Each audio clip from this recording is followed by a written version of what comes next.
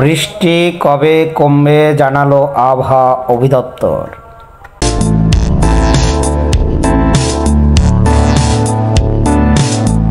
টানা বৃষ্টিতে নাজেহাল দেশ, তবে বৃষ্টি নিয়ে সুখবর জানালো আবহাওয়া অধিদপ্তর। সোমবার 16 সেপ্টেম্বর থেকে দেশ জুড়ে বৃষ্টির পরিমাণ কমতে পারে বলে জানিয়েছে সংস্থাটি।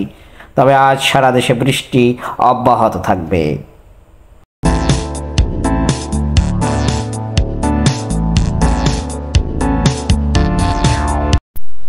রোববার সকাল 9টা পর্যন্ত গত 24 ঘন্টায় ঢাকায় বৃষ্টি হয়েছে 43 মিলিমিটার। সবচেয়ে বেশি হয়েছে পটুয়াখালীতে 223 মিলিমিটার। সমুদ্র বন্দরগুলোকে এখনও 3 নম্বর স্থানীয় সতর্কতা সংকেত আর নদী বন্দরগুলোকে 2 নম্বর সংকেত দেখিয়ে যেতে বলা হয়েছে।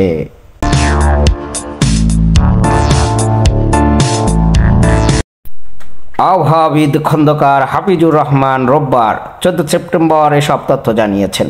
তিনি জানান, বঙ্গোপসাগরে সৃষ্ট হওয়া গভীর নিম্নচাপটি স্থল নিম্নচাপে পরিণত হয়ে যশোর ও খুলনা অঞ্চলে অবস্থান করছে গতকাল শনিবার থেকেই। এটি বর্তমানে ভারতের পশ্চিমবঙ্গের দিকে চলে যাচ্ছে, তাই বৃষ্টির পরিমাণও কমে আসছে।